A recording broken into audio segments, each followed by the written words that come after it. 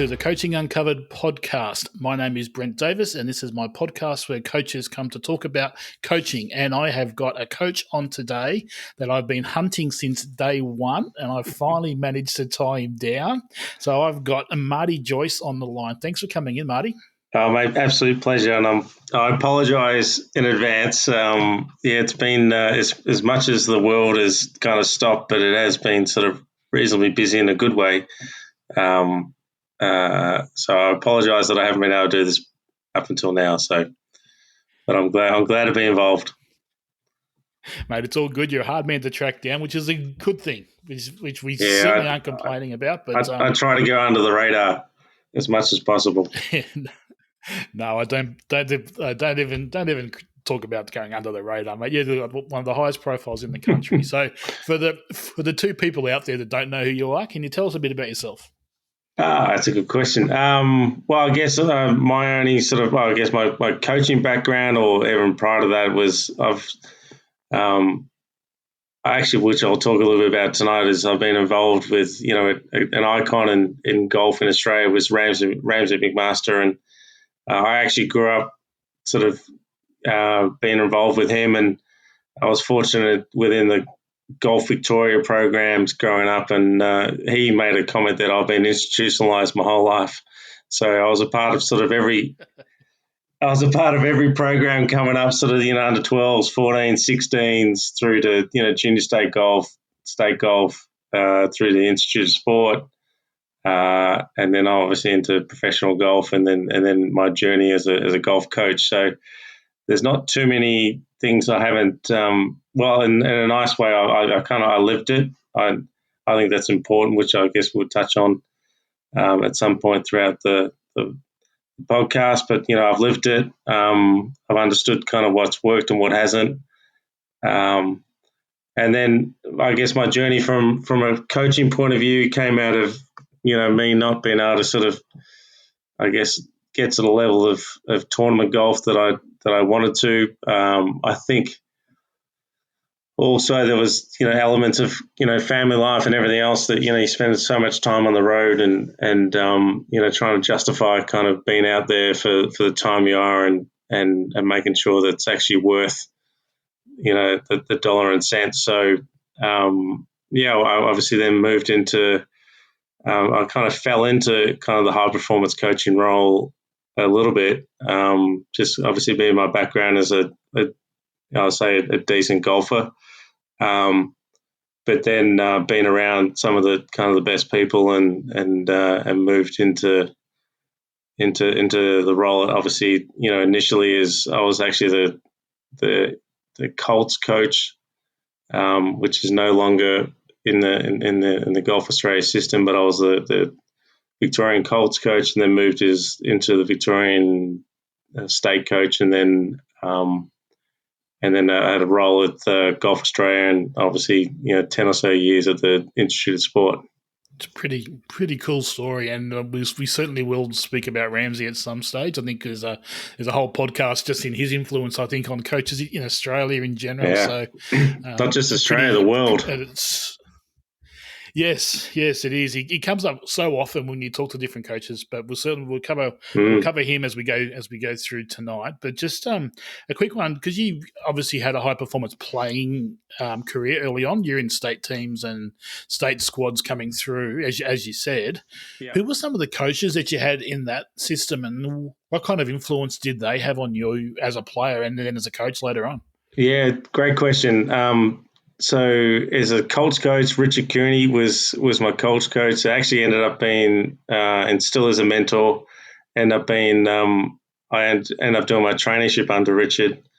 And John Davis was the state coach, who was a state coach for many years, and he was a tough man, but I enjoyed my time being around him, and in many ways, like what we've all done, we learned kind of from the environment that was there, and then we all sort of put our own little spin on kind of what we think we can help to kind of improve things. And that's not saying anything that was being done at the time wasn't good enough, but you like to as a, we go back to Ramsay, make sure you leave the place better than it started. And I think that's a goal for sort of every coach of what you do. And, even if it's just in your own local club or driving range or whatever it is, I think it's crucial.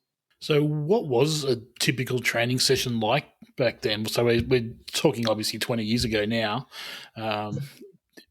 Without giving too much away from both our ages, but I know.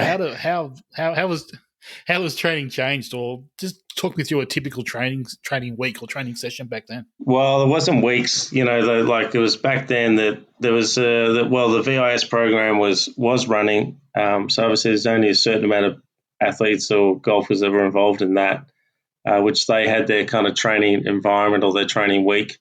And then as a kind of still within the state system, we had, I can't even remember if it was weekly or fortnightly or monthly, but it was more of a catch up and play golf, and there might be some matches that you played, a little bit of, a little bit of short game, a little bit of, whatever. And it's actually interesting because back then, and I learned this kind of throughout my time, ever working with Dave Capaldo as the Vic Junior coach.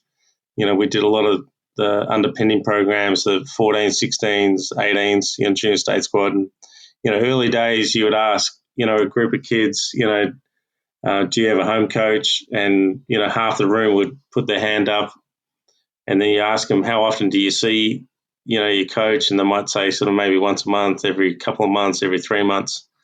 And then it really showed, over the years that, that turned into a room of kids that had coaches that saw them, fortnightly to weekly to some were seeing them daily or whatever it may be. So it really did show, how coaching has evolved, around the world, but, definitely in Australia that, there's in a good way for our business, there's a direct demand for, kind of what we do and trying to help these, not just athletes or young players that are aspiring to be, professional players or, club level golfers just trying to get better. So you said you had some success playing through those different teams. Obviously, if you're good enough to play state teams, you're good enough to be half successful out there. What was the difference between you and the guys that did go on and be successful as players? That's a good question. I was around the kind of era with guys at similar age. Obviously, Jeff Ogilvy, who's back living in Australia now, and Marcus Fraser, a little bit younger than me, and kind of guys around that era. What was the difference? They got it in the hole with less shots more often. They were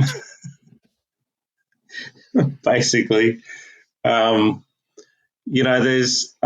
think there's evidence saying that. I think there's even with the best information out there, and which might sound a bit rough, but even with the best information out there at the time, which I had the best information out there at the time, that some people are destined to make it and some people aren't. So, and that defines if you feel like you made it or not. I feel like I made it because I was, that's got me to where I sit here tonight having a chat with you. So, I said I think there's many ways of kind of measuring. Hate using the word success, but measuring kind of what we do. Yeah, of course. It is a small gap between being a tour player and falling by the wayside, isn't it? It isn't a huge margin of error. It's a pretty small gap. And as you said, those early influences have put you down the path to be the successful coach that you are now. So it can't be a bad thing. No, there's no bad things. It is good, but it also shows that as we know that even with the pros that I work with, there's only a certain amount of tour cards that are out there every year. There's only a certain amount of jobs that are out there every year. So making sure that kind of what you do, what makes you good, you obviously continue to to continue to do, but then making sure that your weaknesses, that you're going to grow and get better at that, because obviously younger people are coming up trying to take your job. So you really give it to the guys that have had, Scotty's a great example, or some of the Evan Bads to some degree. He's still out there doing what he's doing. You really give it to those guys that have just continued to evolve as players and the craft of the game and grow with the game and the sport, and continue to have a job every year. And it's fun to watch the young guys kind of do what they do, but I really enjoy kind of understanding what we're not old, but the older guys of kind of our generation, or so on, that how they've been able to keep themselves in the game and still competitive, and it might not be as often, but they're still there and they've still got a job. Yeah, for sure. So you said you fell into the high performance space. I'm sure you didn't quite fall into it, but talk me through how you got into those types of roles early on. It's actually, did I fall into it? I don't know, but I was because of my obviously involvement with Golf Victoria, as a player, and then into coaching, and Richard Cooney was the state coach at the time. I was able to kind of get the Colts job, if you call that assistant coach or whatever it may be. But and then we went through a period where I'm trying to remember, we were kind of merging with Golf Victoria, Women's Golf Victoria, and Golf Victoria, and then the role came up with. I might have this a little bit wrong, but the role came up with. Sandy Jamison decided to leave. He moved overseas over to the UK, so the assistant coaching role came up, and so I was on tour at the time, and Dennis McDade, who I was getting coached by at the time, sort of suggested that potentially I should go for the role if I'm interested. I went for the job. I did it online, similar to what we're doing here. I was actually playing New South Wales Open, and that was probably one of the worst experiences of my life. I just, having an interview, it wasn't even face to face. We didn't have Zoom back then or anything like this. It was horrendous. So I didn't get the assistant coaching job, and then it was 12 months or so later that Dennis decided to move on, and the head role came up, and the board had changed at the VIS. So I went for the head coaching role, and I was fortunate enough to get that, and then spent sort of 10 years in that role, and it's been a learning curve the whole way, and it's still I'm still not even close to where I need to be right now, but I was very, very fortunate within the role that I was able to then kind of be able to travel and get around some of the people that have been around, and build relationships that have gone on to really long-term relationships that I'm able to reach out both sides. They reach out to me, and I reach out to them around the world. That's cool. Personal experience when I first got involved with high performance programs is I worked out pretty quickly that some of my coaching swing knowledge needed improving. That was something that I needed to improve. Was there any area that stood out for you as a coach when you first got into that space that you needed to improve pretty quickly? Well, I think all aspects. I think if I went into that role today where I was 10 or 15 years ago, for the obvious, it's going to be quite different, and which is probably why I'm able to kind of work with some of the programs I work with around the world because of my experience. So, back in the day, some of the questions he sort of pondered there, kind of what would you learn? Well, I learned pretty quickly I need to learn. And then with that, make sure I've got, a good, it sounds a bit rough, but a good sample size around me that I can, as we do experiment to some degree, with good information and good data, that we can see what those type of results come with. So developing a kind of high performance player in any sport, there's obviously a technical element to it, but I've said for many years that I've been fortunate to be around a lot of great people to educate me around kind of anatomy and technical, understandings of how people move and how we do what we do. But I'm not dismissing that because I think it's very important. But I think the end product of trying to create a human to be a good athlete, there's so many other elements that need to be looked at, and our expertise as golf coaches, we're not even close to that. So making sure that you've got some really good people around you that challenge your thoughts, challenge the people you work with, and vice versa. I like to do the same, back to them. That I think that putting that kind of network of people around us, that we really look into kind of what we do and why we do it, and how's it at the end product. How does it help the person that's in front of us? I think you see it so often these days in high quality coaches. They have that support team close by. They have those experts in their fields that they work with, and you've certainly got that set up in your own coaching. Even now, you've got that support team of guys that are there to help you out. So, talk me through some of those guys that you've got around you that you use in your coaching. Yeah, well, that's taken a lifetime to kind of get to, isn't it? Is that it was through Ramsay that I was able to network around the world, and Ramsay came up with a thing back in the day called Golf Bohemians, where you got a group of like-minded people that actually came down to Portsea, down to Melbourne, and we spent sort of a week kind of getting together, where literally got some of the best minds in golf and even outside golf, and just kind of just sort of case studying and talking about kind of what we do and how we do it. And then obviously with Ramsay, some really late nights with dinner and whatnot. But that was our yeah. Yeah, but that was our learning. That was our learning environment, and that was that was our university to some degree, kind of understanding kind of what we're doing and how we're doing it. And as I said, I'm very fortunate that I've been I still Kevin Kirk, who is one of the best coaches on the planet, and Graham Walker in the UK. The list. Neil Matthews is a guy that if someone hasn't heard about him, they need to research him, because he's one of the smartest brains in golf. And Graham Walker is probably one of the best coaches on the planet. And there's many guys that are great, really good at what they do, that unfortunately, or in some ways, they like to live that way, where they just go about their trade and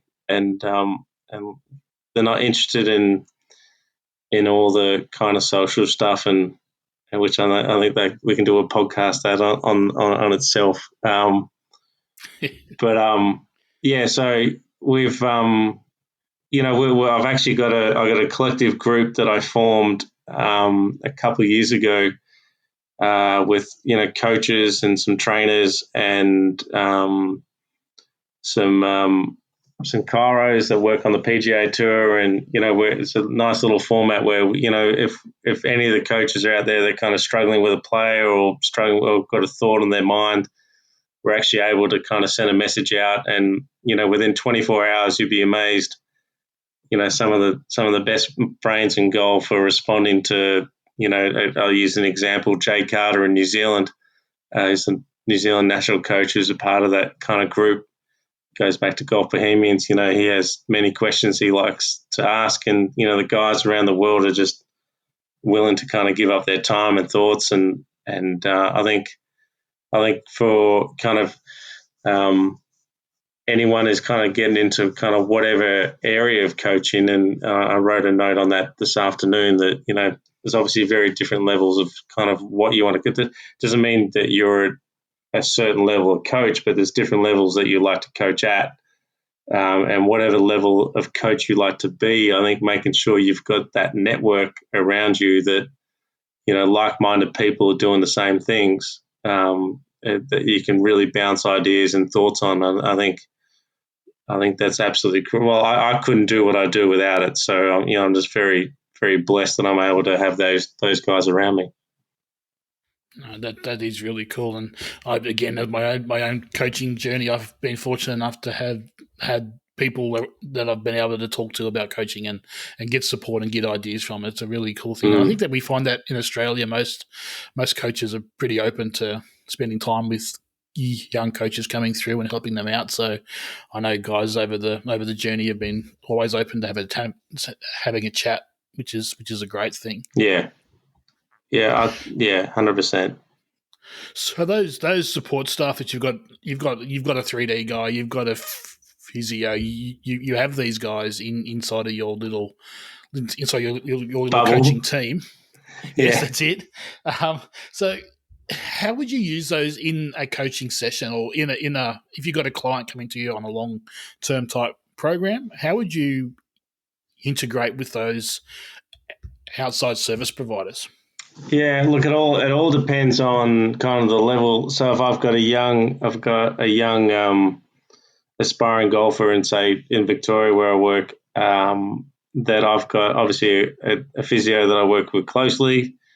I actually have a 3D system myself, which I use daily, and I guess it's more understanding how it's like, any type of measuring device. Everyone's a little bit scared about kind of measuring stuff, but it's more understanding kind of how you measure it, and then how you deliver the information is more important. So, how I then can able to kind of measure their kind of movement patterns, and then how I can then have that conversation with the physio, and then integrate that with a strength and conditioning coach. I've got a couple of guys I work with back here, but then as that player evolves and grows, kind of to higher levels, one of the big things is especially now with the travel restrictions that we've got, is making sure we've got people around the world that are able to help. And there's not too many places around the world that, or within a country of that place, where I can't have an athlete that's that needs someone. It's either a doctor or a physio or 3D or whatever. So making sure that that I think as coaches, sometimes we feel like we take ownership and we have to be there for the whole part of the journey. I actually think as coaches that we actually need to service the player to what they need, and allow us to evolve as well, and give them opportunities, give them some growth opportunities to be able to work with other people that are on the same page, or learning quite similar. So I said I've got there's you'd have to point out a country that I maybe not ever heard of, where I wouldn't know someone that I can close by to be able to do. And that's taken 15 or so years, or even more than that. My own personal coach, playing role on the road, but then my coaching role on the road, to spend time with people, to feel like I'm comfortable enough that that I can send them for a 3D session, or I can see that physio over there, because I know the information they've got is good, and they interact with the team that's back here, and so on. That's it kind of brings up a question I've asked a few people on the podcast over the journey, because you're seeing coaching heading down a more specialist path these days. You see guys out there with specialist swing coaches and specialist putting coaches and specialist short game coaches. Is that something that you're heading down, or do you try and see yourself as more covering all the golf aspects, swing areas, so to speak? Yeah. Well, it is interesting, because I remember, I think as Aussie coaches, we feel like we kind of cover all things, because we don't live on tour. We're not on the road like the guys in Europe or the guys in the States. So there's a very different business model out there. So you generally feel like the Aussie coaches feel like they're covering all things. me personally, I work in all areas, and I'm measuring everything I can measure. So, and I'm trying to understand all parts of the game. But in saying that, I've got no issue with, say, one of my clients working with Phil Kenyon, over in Europe to get some putting stuff done or whatever it may be. I'm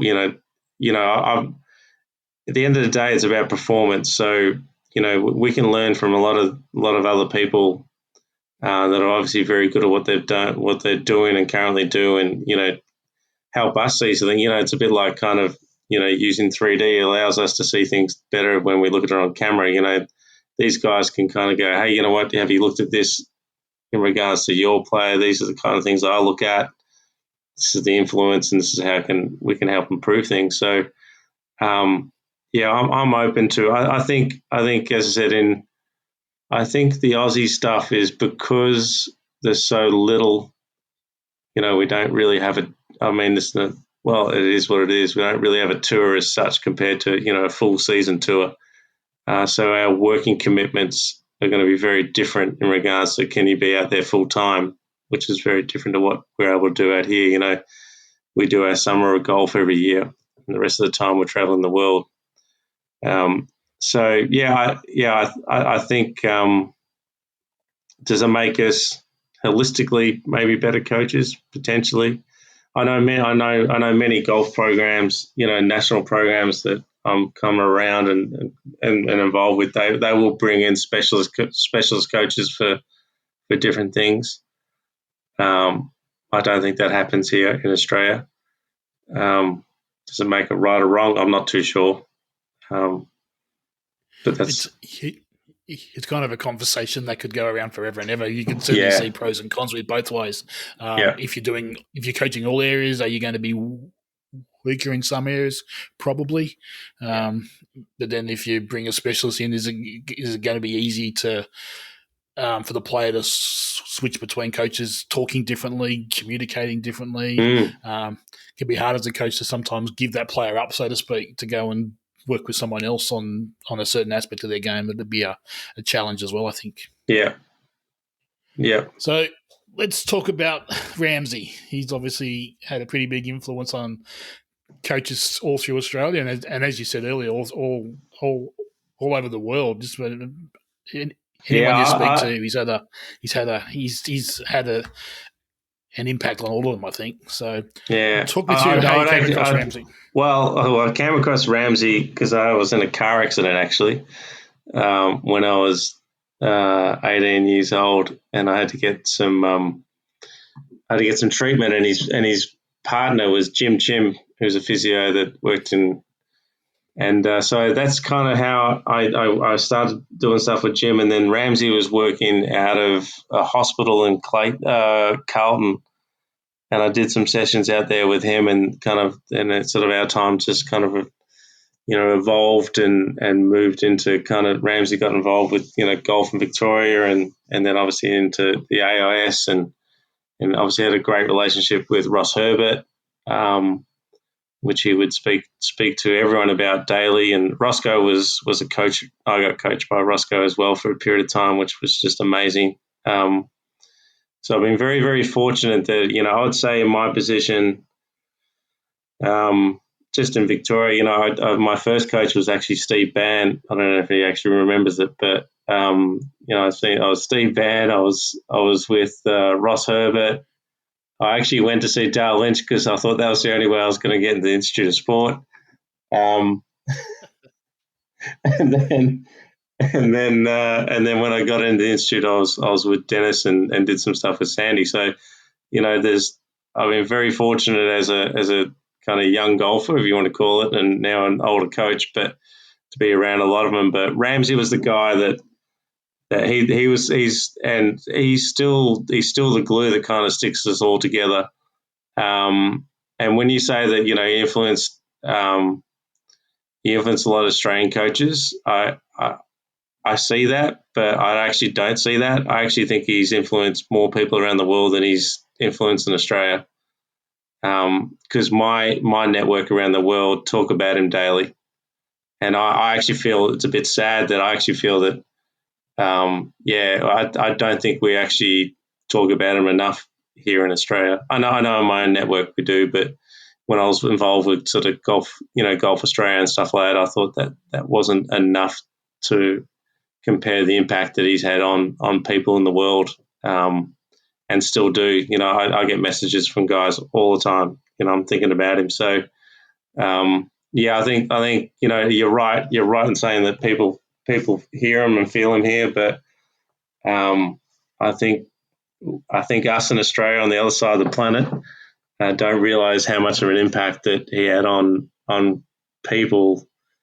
When I see Pete Cowan, any day I see Pete Cowan on the roads, the first thing he asks is about Ramsay and Ramsay's family, and want to tell a story.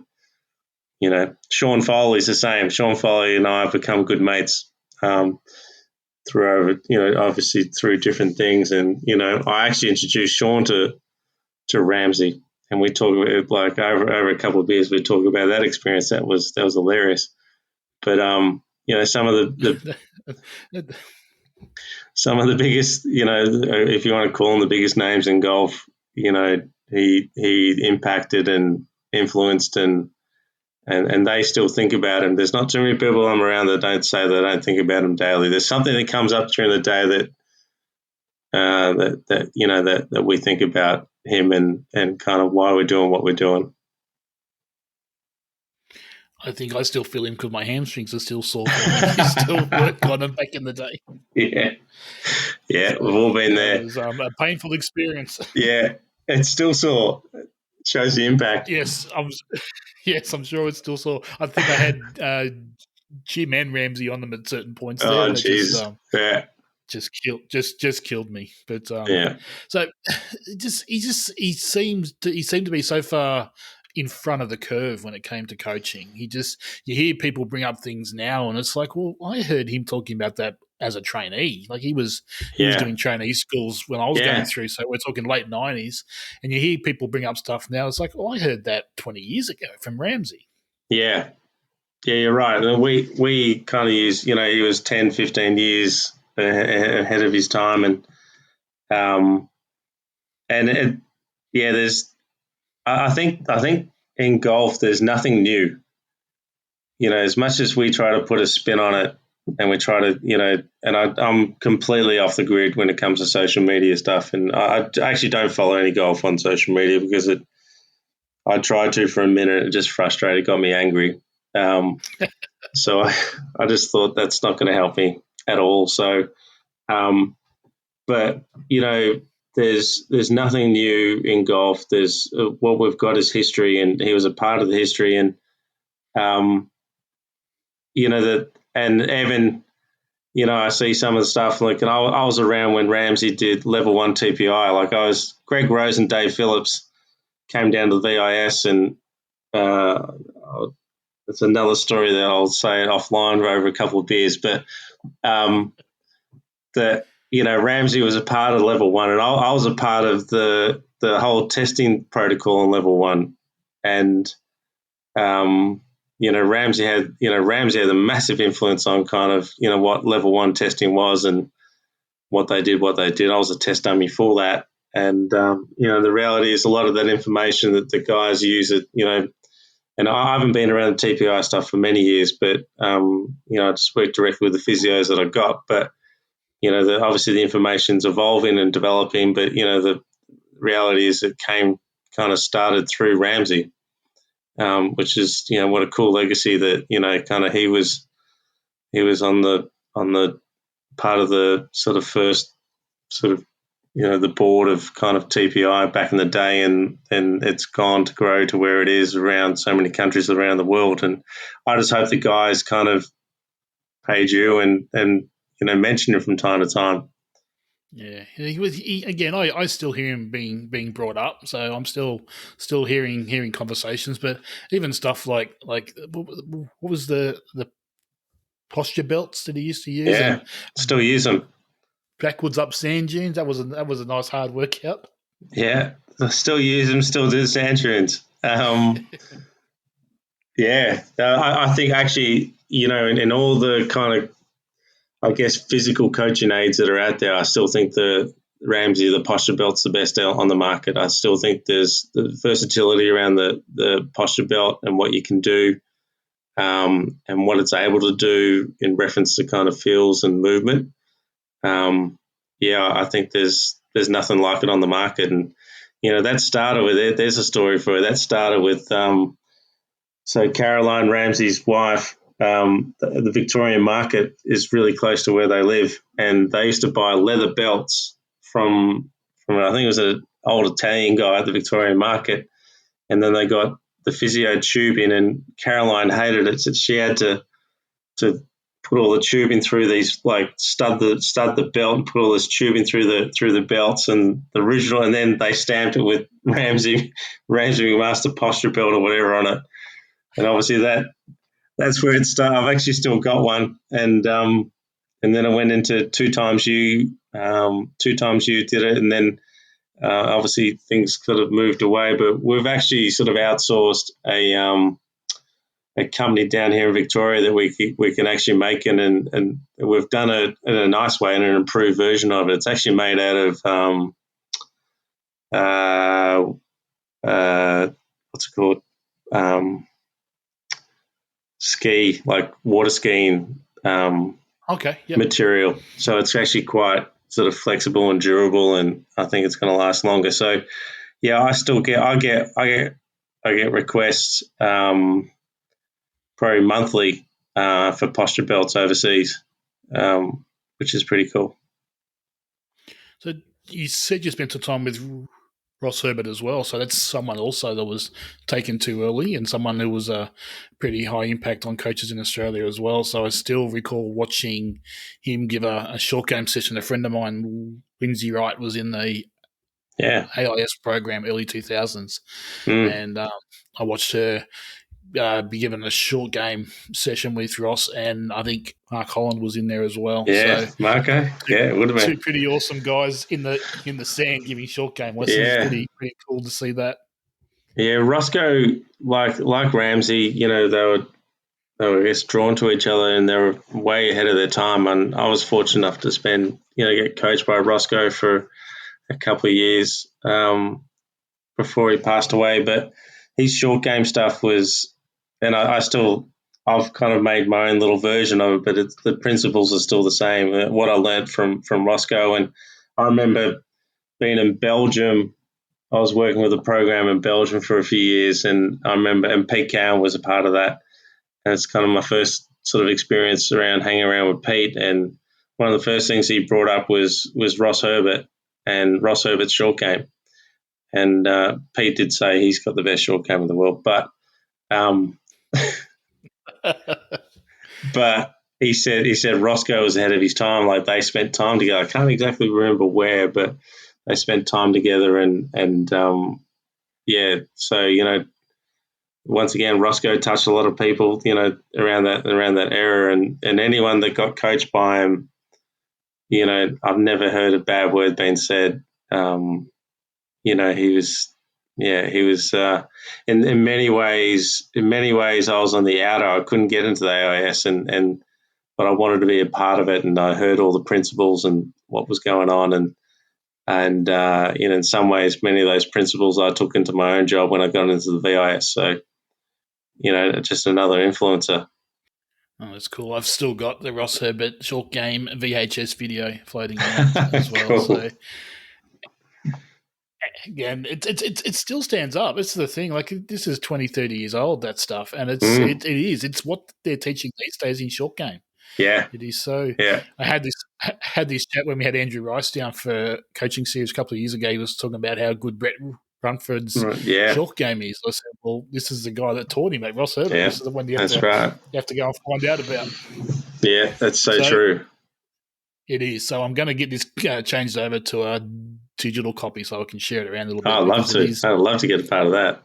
It is. I think I got the short game one, and I got the power golf one from someone as well. So I've got both of them that I'll convert, and we'll share them around. So that'll be cool. That'll be very cool. So talk to me about the Golf Bohemians, because that's obviously an awesome group that I wasn't able to get into at different stages. The Golf Bohemians was obviously, it was it was kind of obviously made up through Ramsay and Ramsay's thought about kind of, joining literally what it stands for, like-minded people, around the world getting together and sharing information.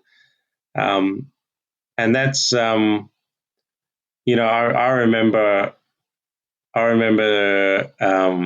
the first time, one of the first ones I did, and Caroline Richardson, Dr. Caroline Richardson, who, the posture belt, the T stabilizer, and she's a genius. And Ramsay and her, they had the nicest love-hate relationship. They used to argue all the time about everything. Like, it was hilarious. They were so good.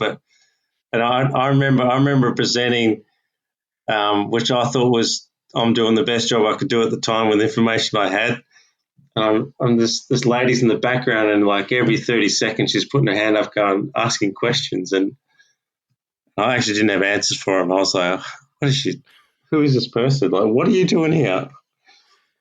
I did say to her, I said, somewhere along the lines, are you trying to find out how much I know, or are you trying to tell everyone how much you know? Because clearly you know more than me. I think you see that sometimes, don't you? Yeah. Asking questions just to prove how much they know. Yeah, but she was great. We caught up. We had dinner that night and had a couple of drinks and talked through some stuff, and and then formed a relationship from there. So, but it was one of those, so that kind of happened sort of yearly, kind of around August time in down at Moona, and kind of we flew. People flew in from all around the world, who Ramsay was working with, at the time, and so and then from there, as I said, that actually in some ways formed, especially from the physio's point of view, like the physio, because it was obviously very physio influenced. That formed pretty much the physio structure in Golf Australia. So when Golf Australia moved into that kind of new format, and we started, it was myself, Ramsay, and Ryan Lumsden. We went around to kind of every state and kind of work within those physios that were effectively Golf Bohemian physios within those states, and kind of just help out in any way we can. So that kind of went for, it was like a road trip that went for years, that we just kept bouncing around states and just trying to help evolve kind of. Well, and I'm not there saying that I'm just helping. I'm just trying to do the best I can. But, obviously Ramsay doing what he's doing, and Ryan doing what he's doing. And, so we did that for many, many years. And a lot of those, pretty much all those physios from every state that we worked with that were part of the Golf Bohemians, I'm pretty sure are still in those roles. So, that's pretty cool. It is. And again, I think as coaches coming through, especially in Australia, again, I keep harping on this, but the information's out there. If you're prepared to go and talk to people, you can find out this information. The good people in Australia always seem to be prepared to share that information. And I think if you're a coach coming through, you can certainly go and talk to people like yourself, like Dennis McDade, like Peter Knight, all these guys that are out there at the top of the tree. You can talk to these guys, and they're prepared to share, which is great. Yeah.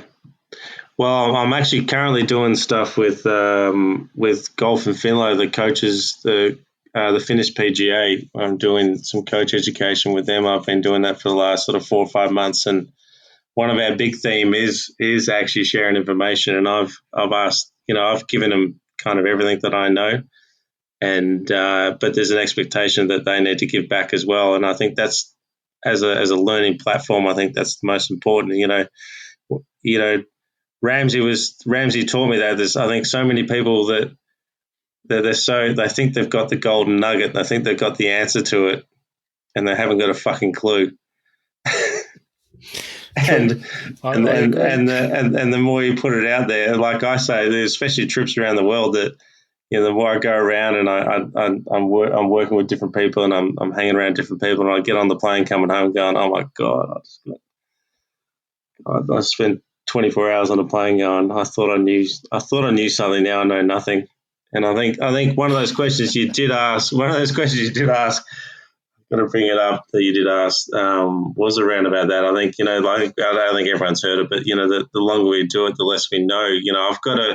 I feel like I've got a pretty good understanding of kind of what I know.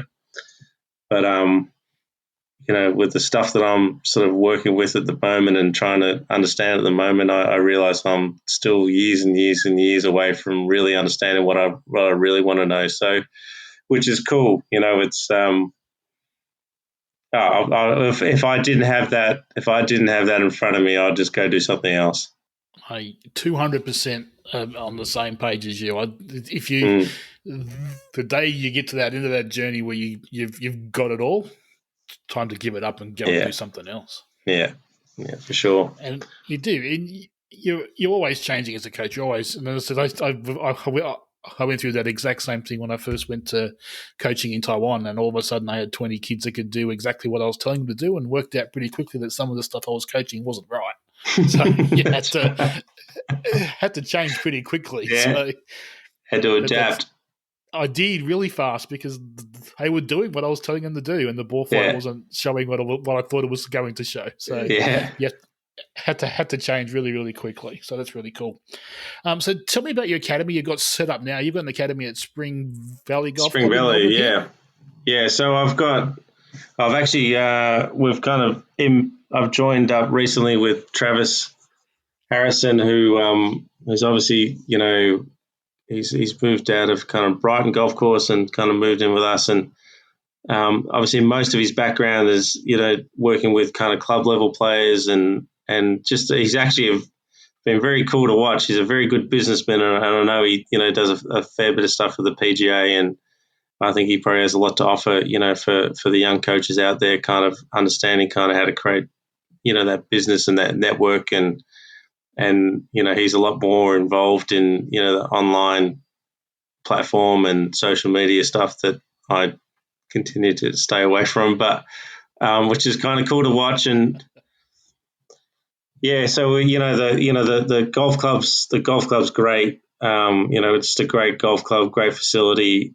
In most years I would have different players from around the world being able to come down and stay and train for a while. For sort of 6-month periods, either going into tour schools or whatever it may be. So, obviously that stuff, that's not happening at the moment. But yeah, so for most of my days are spent out of there at the moment, and then most of my evenings are spent online doing stuff on the other side of the planet. So, in some ways, my days are getting longer, which you think it should be the other way with all the COVID stuff, but it's not a bad thing. It's better than doing nothing.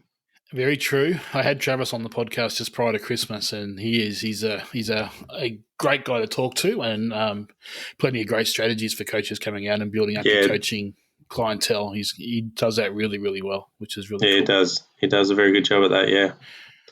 Yeah. So, mate, I could keep you here all night, but we have to let you go because obviously you've got lots of things to do. But there's 5 questions I like to ask everybody on the podcast. Okay. So we used to be just a fast 4, but I've added a fifth. Is that just for me?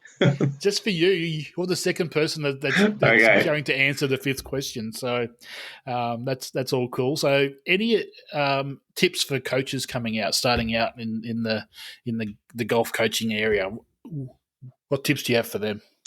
I guess kind of what we touched on earlier. It all depends on what area do you want to work in coaching? Is it a high performance area? Is it a development coach? Is it so I think making sure that you're really kind of clear on kind of what that looks like. I think like what we haven't touched on before, I think if you try to do the whole thing, you actually become not that great at one. I'm not saying you have to be a specialist coach in areas, but you see the most successful guys that are doing whatever in their areas are very good at doing what they're doing in that spot. So I think depending on kind of what your passion is and kind of what you want to wake up for every morning, I would be making sure that I'm researching and spending time and money. Like I've spent so much money traveling the world, being around people, just because I actually learn better by just hanging out.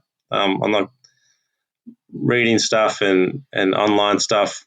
It says something, but I'd prefer to go and have dinner with someone and a couple of drinks and really have a chat. So it probably cost me a lot more money in the long run. But yeah, so my thought is that I think really understand kind of the area, and I actually wrote a note on that too. That doesn't mean that you start somewhere and don't end up somewhere else. I think that if you've got that mindset that you're willing to grow, that say you started in kind of club level golf and all of a sudden you had a young player that's starting to kind of move through, but be really willing to kind of understand, if I want to take that player on to the next level, I really need to start stepping stuff up and getting around different information and different understanding of how you can help. Because if you're not willing to do that, you're actually not helping the player at all. Makes sense. Any tips for golfers out there? Hopefully there's a few golfers tuning into the podcast as well. So any tips for them? I guess, once again, a bit like kind of what level golfer. If it's a high performance golfer, I think, I can talk about stuff for days. I think making sure you've got a network of people around you that are very good at what they've done, and I'd hate to say it, but tour proven as well. They've actually done it. I think that's important. I think you need to show that. I know you need to come from somewhere, but I think you also need to show that you are able to move from one level to the next, and what that can look like. Because tournament golf and professional golf, dealing with managers and club manufacturers and all the other stuff that's just that becomes their daily norm. So I think you need to be either a really, really, really, really quick learner, or be around people that are a part of that. And then obviously, I said, depending on kind of the level or the level that you want to play at, I think, I know in my own sort of private coaching that I definitely, that's kind of one of the sort of first questions that I ask anyone. How can I help you today? And kind of more understanding kind of what are their time constraints, and what are they able to do, and what do they actually want to get out of a session, and what does their golf look like over in the future. So cool. Some pretty cool tips there for the golfers out there. I'm just going to plug my laptop in before I lose you. Oh, good, mate. Going out of charge. I've kept you too long. Jesus. Yes. So we're all good. Okay. Yep. So the third question in that group is there anything that you would change in your career up until now? Any wrong steps or any changes that you would make? And to keep it all the same is a totally appropriate answer as well. Yeah, I think I did write some notes on that this afternoon. The only thing I would change is COVID. It's been a pain, hasn't it? It's been a shocker. Yeah, it's destroyed. I'm not going to get into that, but my own work. It's my work's been pretty much internationally based for many, many years now. So that's had a big influence on, or impact on, kind of what I do there. In regards to what if I would change anything, no, I'm big on that. I think could you do things different, and when you reflect on stuff, potentially. But as long as you wake up every day feeling like you're doing the right thing for that person that you're working with, yes, information changes and so on. But I've learned from many, many players that have moved on from me, and guys that have come back to me, and vice versa, that I think that's a part of the business that I think you actually have to go through all that to become a really good coach. So I wouldn't change a thing. I'll just change COVID. If I had a chance. It's going to be it's going to be 20. It's going to be 2 years of just been absolute pain for all people in general. Yeah. But hopefully we come through it we come through it sooner rather than later. It's just been a nightmare. No, too true. So the fourth question is, where do you see yourself or golf coaching in general? You can answer down that two paths or just down one path in 5 years' time. 5 years' time, I guess it all depends on kind of how we're able to move around the world. I was able to go back and, I would spend 4 to 6 times a year in the US and similar numbers in the UK and Europe. So, ideally I'm back to something similar to that, working with some of the programs I work with around the world and some of the coaches and other platforms I do around the world. So in a perfect world, yes, I'd be kind of getting back to what some call normal is. If not, I think I'm a pretty good adapter. I'll find ways I might build a boat and just go myself. They don't let me out. Start paddling. Just go. That's it. So look, I think, my passion is obviously in that area. It is in high performance. It is on the road. It is working, in tournament golf and development programs. I'm been fortunate that I've been working with quite a few different development programs overseas, as kind of in a mentor role or in some education stuff. So I like to continue to grow that. That's really cool for me because it, allows me to kind of sort of think about the time that I've done what I've done and then obviously what I've learned up until now and kind of how would I then influence or do things potentially a little bit different from an education point of view going forward. So, I'd like to spend more time in that area, definitely. Really cool. I like it. So the brand new question for this year is training and learning for you as a coach. Sources of information. How do you go about improving your skills as a coach? Well, I had a few thoughts on this one. One of the things I've done in recent years is I actually brought myself a 3D system to really learn and understand. And I've been around it for 15 years. So, I've been one of the guys that's kind of been around it since it first came to Australia. But really starting to understand kind of how that moves, well, how people move and how that influences, and then how there's, concepts and thoughts and everything goes around. So I'm really big at kind of understanding humans and why we do what we do. From an education point of view, I would recommend for anyone that's out there, I joined Dr. Mark Bull is a very close friend of mine, and he's got an academy that he set up kind of middle of last year, and even the best, Sean Foley's a member, who they're close friends, and some of the best coaches on the planet that we all listen to. Kind of, not to say what he says. He's an absolute genius at what he does. There's no one.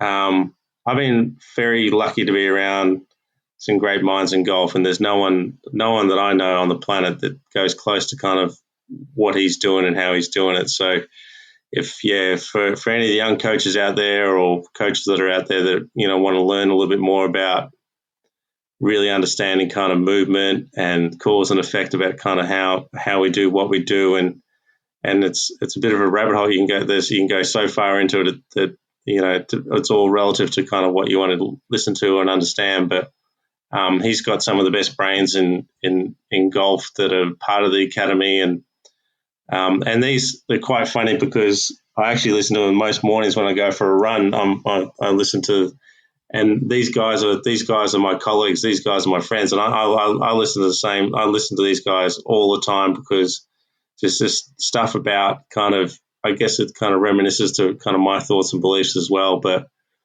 Yeah, I think from a learning point of view, I think that's kind of an absolute network that I look at. I reach out to the kind of network of coaches that I've got as well, that which I think is really important. The bigger you can grow the bigger you can grow a tight network of like-minded people, the better it is. That's really cool. You've hit on my hit list for podcast guests. I've got Mark on my list to get in touch with at some stage to come and have a chat with me, because he's obviously a very switched on guy. I might be able to help you out there. I was actually on the phone. I'll be coming. I was on the phone to him just before I go. I speak to him if I can weekly, so I was just on the phone to him just before, so we caught up on Sound him some. out for me. Yeah, Sound him out for me, stuff. and we'll have to get him on the show. So that was mate. That was really cool. Thank you so much for your time today. I certainly appreciate it. You said you didn't have a large presence on social media. Is there a certain site you should be sending people to if they are keen to get in touch with you? Well, in saying that, I do have a Instagram account. I don't know, Marty Joyce something. And I got a Twitter account. I'll find it. Yeah, look, and then if anyone wants to reach out, email's probably the best. I do have a website that I continue to pay for, but I'm not too sure why. But I've done a pretty good job of trying to stay off the grid, but I understand that especially with the way times are now, we need to kind of move and evolve. But if anyone has any questions, on anything, I'm more than happy to help, and either it's over a phone call or an email. So yeah, I'm happy to reach out. No problem at all. I will put some of those links into the show notes so people can find you. So again, Perfect. Marty, thank you so much for your time. I certainly appreciate it. Great Pleasure. Chat tonight, and we'll get this out there soon. And for everyone tuning in, thanks for tuning in, and we'll catch up with you all really soon.